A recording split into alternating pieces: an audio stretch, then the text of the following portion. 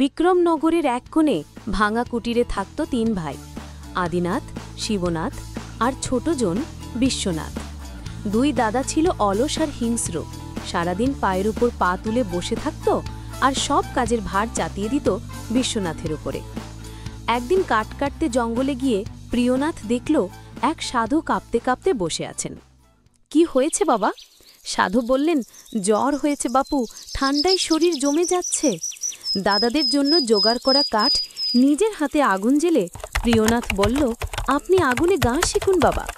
কৃতজ্ঞ সাধু বললেন, তুই ভালো ছেলে, শোন, ওই নদীর ওপারে লাল ফলের গাছ আছে, সেই ফল আনতে পারলে আমি সুস্থ হয়ে যাব। খালি হাতে হাড় কাঁপানো ঠান্ডায় নদী পার হলো বিশ্বনাথ, গাছ থেকে লাল ফল এনে দিল।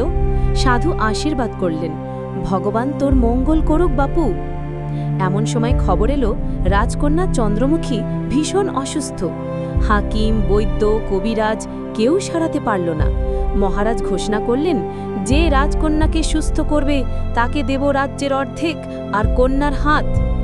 2 দাদা ছুটল জঙ্গলের সাধুর কাছে। সাধু বললেন, এই জঙ্গলের শেষের পাহাড়ের মাথায় লেবুর গাছ আছে, সেই লেবুর রস রাজকন্যাকে খাওয়ালে সে সুস্থ হয়ে উঠবে। কিন্তু সাবধান, গাছের সামনে যা চাইবে গাছ তাই দেবে, আর মাত্র একবারই গাছের কথা শুনবে। প্রথমে আদিনাথ গেল, পথের কষ্টে হাঁপিয়ে গাছ দেখে বলল, হাই যদি লেবুর বদলে আপেল পেতাম পেট ভরত। ফলস্বরূপ লেবুর বদলে আপেল এলো। আদিনাথ ব্যর্থ হয়ে ফিরল। তারপর শিবনাথ গেল, ক্লান্ত শরীরে গাছের ছায়া দেখে বলল, এ গাছ যদি বট গাছ হতো একটু ঘুমিয়ে নিতাম।